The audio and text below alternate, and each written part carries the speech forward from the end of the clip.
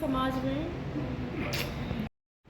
नमस्कार, आप बने रहिए KTV के साथ। आज हम बात करेंगे किसी फ्रॉड की जो आम जनता के साथ, आम नागरिकों के साथ ऐसा होता चला आ रहा है। आज इसी सिलसिले में एक हमारे पास नवयुवती हैं जो प्रगति वाजपेयी जी, जो हमारे यहाँ पे आए हुए हैं और ये बता रहे हैं कि इनके साथ भी बहुत बड़ा लाइफ का फ्रॉड हुआ है और किसने किया है, कैसे हुआ है। ये फ्रॉड तो अक्सर होते रहते हैं, लेकिन इनके साथ कुछ क्या कहानी बीती है, आइए सुनते हैं इनकी जुबानी।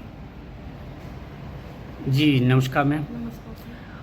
आप आज ये जो प्रेस वार्ता में आए हैं, जी ये क्या हुआ आपके साथ और किस तरीके का फ्रॉड रहा, आप बताएंगे। सर, मेरे हस्बैंड जब ऑन ड्यूटी एक्सपायर हो गए, ये घटना तब से शुरू हुई है। मेरे को कुछ कॉल्स आए हैं। आपके हस्बैंड किस में थे? सर, हस्बैंड मेरे इंडियन एयरफोर्स में थे और उसी में वहाँ पे दुर्घटना में वो एक्सपायर हो गए थे मई 2022 में। और उसी के बाद मेरे को काफ़ी सारे लोगों के फ़ोन आए सांत्वना देने के लिए, कॉन्डोलेंस के लिए कि आपके साथ बहुत गलत हो गया, ये वो सब, मतलब मेरे को ऐसे कॉन्डोलेंस के लिए। तो उसी में ही एक ये राहुल आर्या नाम के आदमी का फ़ोन आया, जो कि अपने आप को कर्नल बता के मुझे फ़ोन किया कि मैं भी उन्हीं का फ्रेंड हूँ और तुम परेशान मत होना और मैं आपके साथ खड़ा हूँ, अगर आपको कोई भी जरूरत हो तो आप मुझे कॉल। ये मिस्टर राहुल आर्या जो थे, ये इन्होंने भी आर्मी ऑफिसर बताया अपने आप। जी, आपको कर्नल बताया और बताया कि मैं भी उनके फ्रेंड हूँ और उनको अच्छे से जानता हूँ जी। और मुझे ही आपके बारे में जानकारी लगी है, बहुत सुन के बहुत दुख हुआ। उसके बाद से इन्होंने बातचीत शुरू करी, हाल चाल लेना शुरू किया और ये सब पूछा। उसके बाद बात करते करते जब ये दिसंबर में मुझे राजस्थान में जाना था हस्बैंड की बिलोंगिंग सिलेक्ट करने, तब उन्होंने मुझे बोला कि एक बार यहाँ से आप मिलते हुए जाओ मुझे।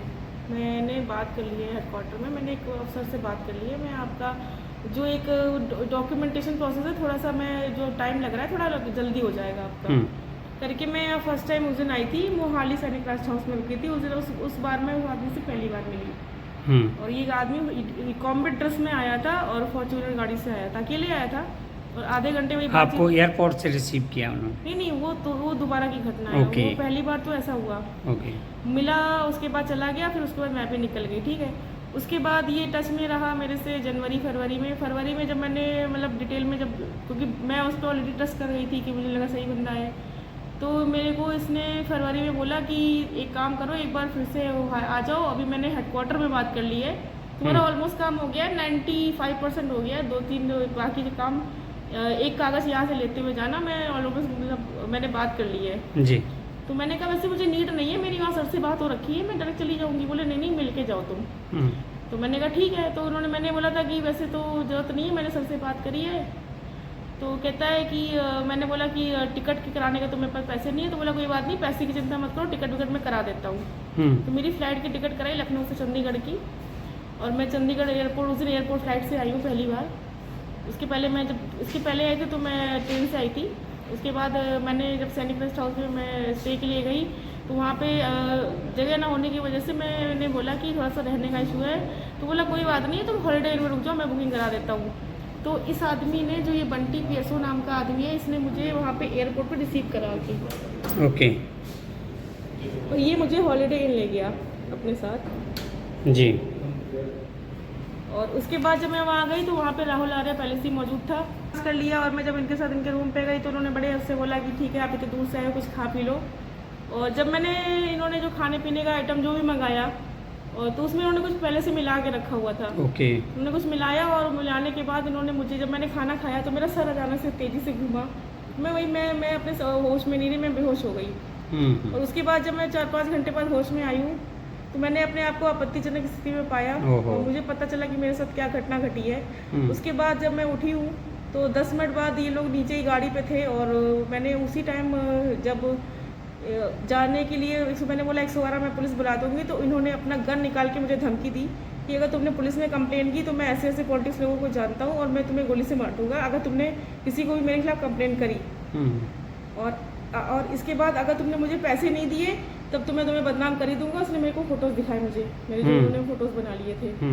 और ऐसे तब से ये प्रोसेस शुरू हुआ, तब से लेकर के इन्होंने अभी तक मुझे ब्लैकमेल कर करके मेरे से इतना पैसा ले लिया है। और ओके जी, तो इसकी आपने फिर फर्स्ट कंप्लेंट कहाँ की है वैसे? कंप्लेन मैंने, इसने मेरे को, मैं ऑलरेडी मेरे को इतना से डर, मैंने कंप्लेन पहले यहाँ कोशिश करी थी कि अपने यहाँ से करूँ। ये मैंने कोशिश ही मैंने 2 साल बाद स्टार्ट करी, क्योंकि पहले तो उन्होंने बहुत टॉर्चर कर लिया मुझे। तो वहाँ से ये हुआ कि आपके साथ मैं मैटर वहाँ का हुआ, तो मैं यहाँ पे आई हूँ। तो जब मैं यहाँ पे आई हूँ तो मैं डीसी ऑफिस गई पहले, क्योंकि मुझे यहाँ का कोई आइडिया नहीं था। तो मैम ने मेरा जो केस है वो महिला थाने रिफ़र कर दिया, तो मैं वहाँ पे गई हूँ अपनी कंप्लेन देने। तो मैं चाहती हूँ कि जल्द से जल्द वो FIR करा दे मेरी। 1-2 दिन में वहाँ से पूरा सपोर्ट मिल रहा है, वो लोग अच्छे से मेरा केस हैंडल कर रहे हैं। बोले आपकी जैसी जो हेल्प पड़ेगी हम करेंगे। जो आपके साथ जो करोड़ों का घपला हुआ है, जो पहले भी आपने लैंड के लिए पैसे दिए या किस हिसाब से इन्होंने पैसे लिए आपसे, वो क्या था?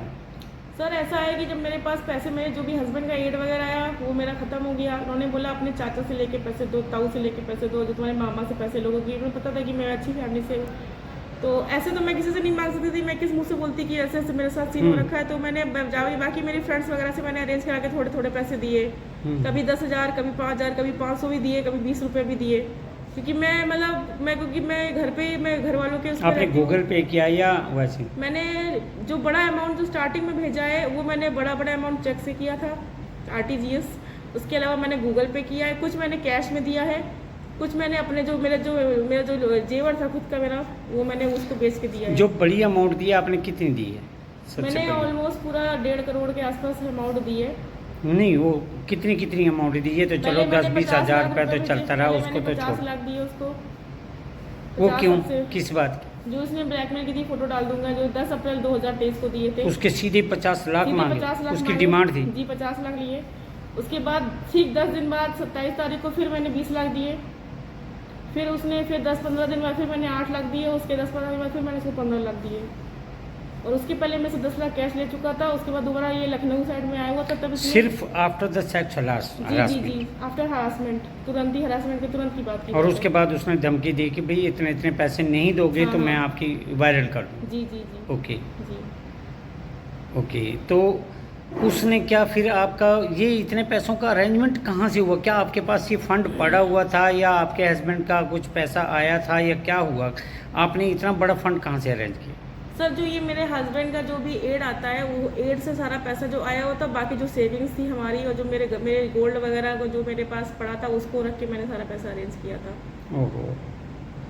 तो आपको क्या लगता है कि भाई इसका अब आपको कुछ थोड़ा सा उनके फादर से मिलने का आपने प्रयास नहीं किया कि ये हरियाणा में कहाँ हैं, कोई ढूंढने का प्रयास किया हो या कहीं का पता चला हो कि इनका निजी जो घर है अपना वो कहाँ है? चलो ये तो किराए का था, किराए के मकानों को तो कोई पता नहीं चलता कि आज है कल नहीं है, लेकिन फिर भी कुछ वहाँ पे देखना कि उस एग्रीमेंट के साथ उसने कौन सा डॉक्यूमेंट लगाया था, पहले का कहाँ था। चलो टोटली फ्रॉड कितना होगा, आफ्टर ऑल कहीं ना कहीं तो सच्चाई निकली।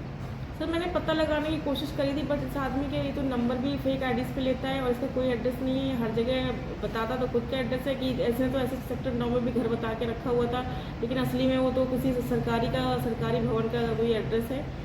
और मैंने पता किया था, जो इनके फादर का फ़ोन है उनको भी मैंने कॉल भी किया था, बट इनके फादर का भी फ़ोन रिसीव नहीं करते। और मैंने ट्राई करा था लोगों से, लेकिन उनके फादर फ़ोन ही नहीं उठाते। मैंने नंबर आपको प्रोवाइड किया हुआ है यहाँ पे। मैंने कोशिश पूरी करी थी, बट उसके बाद कोई कांटेक्ट हुआ नहीं। इन्होंने मेरा जो नंबर पहले का था वो ब्लॉक भी कर दिया, जो मेरे हस्बैंड के नाम पे था। और बाकी तो टॉर्चर इन्होंने से सारा पैसा मेरे से लिया। आगे ये जसलीन नाम की लड़की है, ये तरनजीत है, और ये इन लोगों को ट्रांसफ़र किया। उसके बाद जब ये हुआ कि पैसा ख़त्म हो गया, तो इन्होंने दोबारा फिर मुझे 2024 में बुलाया। ये 3 पर्सन कौन है? जो राजकुमार है, अनमोल है और ये अमन है, ये सब इसके साथ ही है। ये मतलब आपने जो इनकी फ़ोटो ली, क्या इन्होंने भी आपके साथ कुछ हरासमेंट किया है या किसी तरीके से? डायरेक्ट कॉन्टेक्ट से इस आदमी से रहा है। जो मैंने अपने सोर्स से पता कराने की कोशिश करी है, तब मुझे पता चला कि जो पैसा मेरे से लिया गया वो इन लोगों को फॉरवर्ड किया गया आगे। ओके। अब इन लोगों का फॉरवर्ड का मीनिंग कि इनका नंबर पे आपने चेक किया या देखा कि भाई कैसे? बैंक ट्रांजैक्शन जो इसने जिस अकाउंट में मेरे से पैसे लिए उसने अकाउंट बंद कर दिया है, क्योंकि मैं मैनेजर से चाह रही थी बात हो जाए, बट उसने अकाउंट ही बंद कर रखा है। तो उसी की जो मैंने डिटेल्स निकलवाई कि आगे वो पैसा कहाँ गया है। हाँ, ट्रांजैक्शन कहाँ हुई? जी। तो वो क्या राजकुमार के पास और अनमोल के पास जी, मिला है? राजकुमार और अनमोल के पास ट्रांसफर हुए हैं, उसके आगे अभी कहाँ गए पता नहीं। नहीं, बाकी- उसके आगे तो कोई हमें भी नहीं हाँ, चाहिए, हाँ, हाँ। बट ये है कि इनके पास गए हैं तो इट मीन्स कि ये इसका नाउन जी है। जी जी जी जी ओके। जी। तो आगे आप किस तरीके का गुहार चाहते हैं? क्या गवर्नमेंट से क्या गुहार है, और अपना आप किस तरीके का न्याय चाहते हैं कि क्या हो, उस आदमी का जल्दी से पता लगे, और किस तरीके की क्या वो कहना चाहते हैं? मैं चाहती हूँ उस क्योंकि आदमी ये को- तो ठगी तो हुई है, ये तो सर- डेफिनेट हुई है, सर, मैंने और गलत तरीके से हुई है। पर आप इसका क्या सल्यूशन क्या चाहते हो कि क्या मतलब इसका पता कैसे करें? क्या गवर्नमेंट आपको मतलब क्या ऐड दे? सर, मैं चाहती हूँ पहले तो इस आदमी का जल्द से जल्द पता करा के उसको गिरफ्तार किया जाए, उसके बाद इस पर सख्त से सख्त कार्रवाई हो, इसका पासपोर्ट सीज किया जाए क्योंकि ये पैसे लेके दुबई भाग जाता है, और इसके जो इसके साथी भी पकड़े जाए, और मेरा जो सारा मैंने पैसा इसने मेरे से लिया है वो सारा मुझे वापस हो, और इसका कभी जमानत ना हो, इसकी ऐसी सख्त से सख्त करवाई जाए, इसकी कोई जमानत है पैरोल लिंक्स बताए। थिंक गवर्नमेंट से क्या गुहार लगा रहे हैं? जी, गवर्नमेंट से मेरी ये गुहार है, इस आदमी को जल्द से जल्द पकड़ा जाए, और ये किसी भी तरीके से फिर उसके बाद बाहर ना आ पाए, और कड़ी से कड़ी कार्रवाई की जाए, इसके और इसके साथी भी पकड़े जाएं, और जितना मेरे से जितना भी पैसा है उसकी भी रिकवरी चाहती हूँ मैं, और इसके बाद इसका पासपोर्ट सीज किया जाए क्योंकि ये अगर इसको ये बहुत शातिर आदमी है, ये भी दुबई भाग जाएगा, और फिर इसको पकड़ना थोड़ा सा नामुमकिन होगा जल्द से जल्द, क्योंकि इसने मेरे को जान से मारने की धमकी दी हुई है, और 2-4 उन्होंने इसी हफ्ते गाड़ियाँ भी मेरे पीछे लोग लगाए हुए हैं जो मुझे धमकी दे के गए हैं, और इनडायरेक्टली डायरेक्टली, इसलिए मैं थोड़ा सा डरी हुई हूँ, और मैं यहाँ पे इसीलिए मैं आप लोगों से हेल्प की रिक्वेस्ट करने के लिए मैं इतना संघर्ष कर रही हूँ। जी। जी।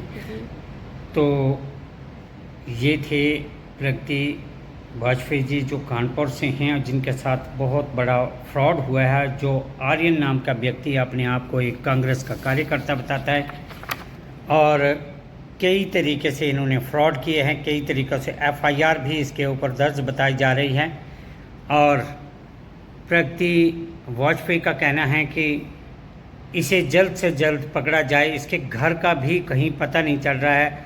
अगर कोई व्यक्ति इस वीडियो को देखता है या इस व्यक्ति को पहचानता है तो कृपया से गिरफ्तार करके इसको सलाखों के पीछे पहुंचा जाए, ताकि प्रगति वाजपेयी को न्याय मिल सके। धन्यवाद, आप बने रहे KTV के साथ।